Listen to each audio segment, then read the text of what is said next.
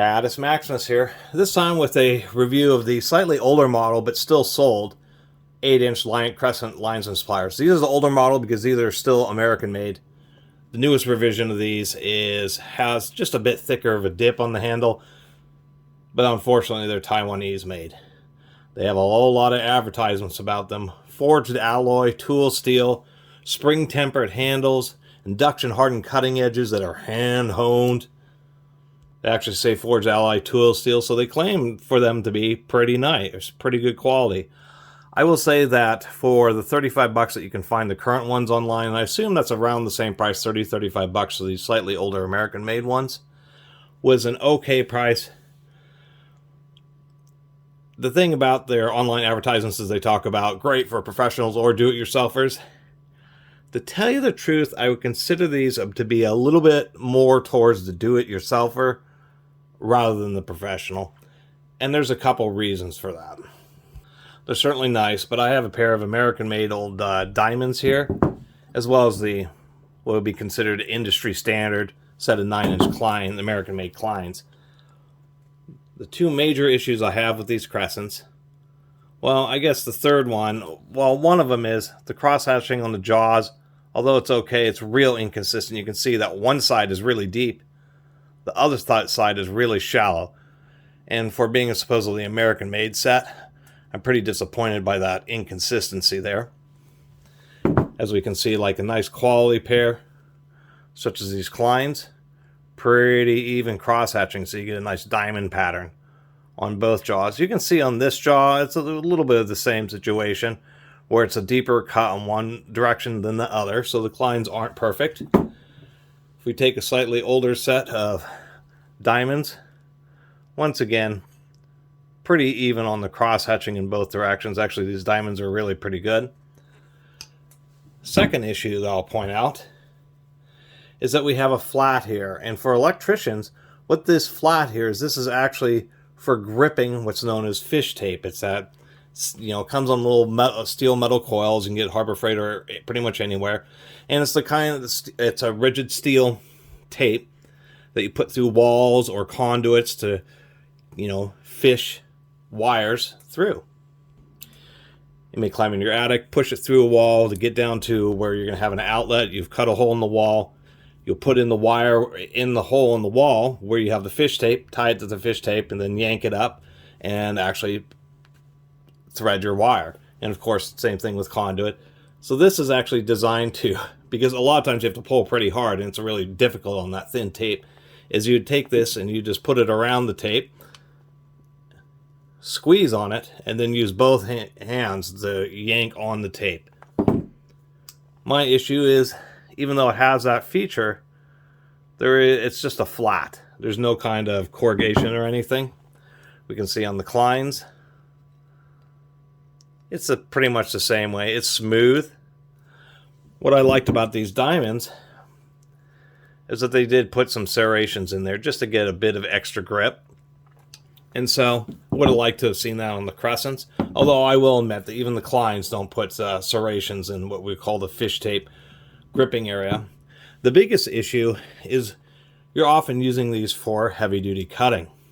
And the issue here is if we look, we can see, this seems pretty heavy-duty, and it is pretty heavy-duty. Nice cold rivet. The problem is on professional models, if we take a real close look here, you can see where the rivet, like on the Klein and on these diamonds, has been offset upwards, really close to the cutters.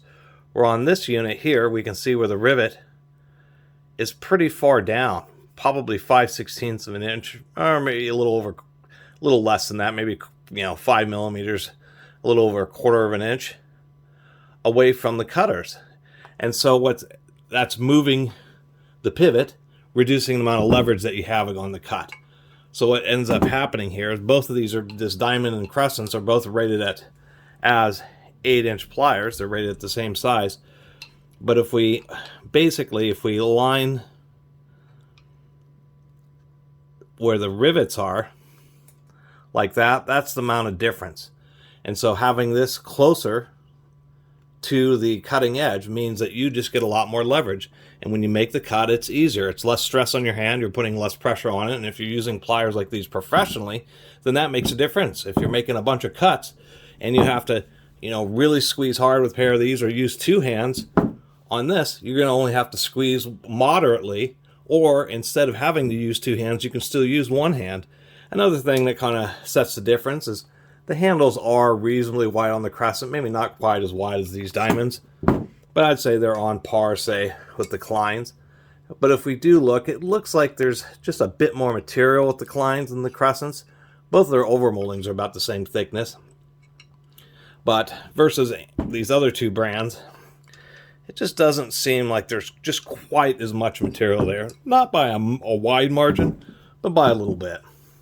So anyway, Crescent has certainly been a renowned name in tools, and certainly has made some great pliers. I have lots of, not just Jamestown Crescent wrenches, but Jamestown Crescent pliers, and they've all been great. And I'm sure this set of pliers will certainly last plenty long and do the job. It's just missing the point. I wish they would have serrations in the back section here, and they really should have done what the professional brands do, which is had an offset rivet so that you get more leverage on the cutting area. Move the fulcrum closer to where you're doing the work, and you're going to have to use less force to get that work done. And yes, I have seen it. I've seen photos online. If you're really extreme, put these on a vise. The worst case that can happen is when there is an argument, or when you have the rivet this close on these types of pliers here, the Klein that pivots on the other side, the issue is the fact that you have just a little bit less material there. And I've seen the photos I've seen is where people have been trying to crimp heavy-duty wire terminals with Linesman's pliers and vices, and if they put a ton of force, and then this area will split open right here just because the metal is a bit thinner. But they're not made for crimping heavy-duty wire terminals and putting in vices. They're for handwork. Plus you get the nice little extra feature where they have just a nice little grind. Essentially what it does is it allows them to make the heads just a little bit thicker, and then they just do a little grind here so the mouth isn't quite so wide. And another aspect of professional ones were like on these Crescents, once again, you can see the jaws are just a little bit narrower.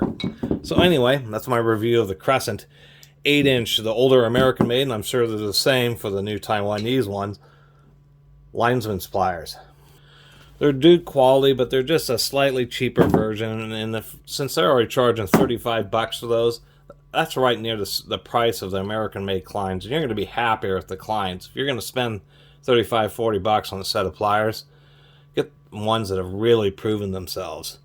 And the Klein 9-inch are just pretty undeniable. You just get a ton of leverage, ton of force. These are heavy-duty pliers, and I'd only get the Crescents if you're like me, where you review tools on YouTube, or you happen to just run into them in a junk pile or something like that, a garage sale.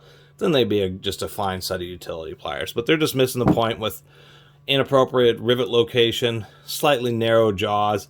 They just seem more of a homeowner's grade, which is kind of a shame considering Crescent's story history with hand tools.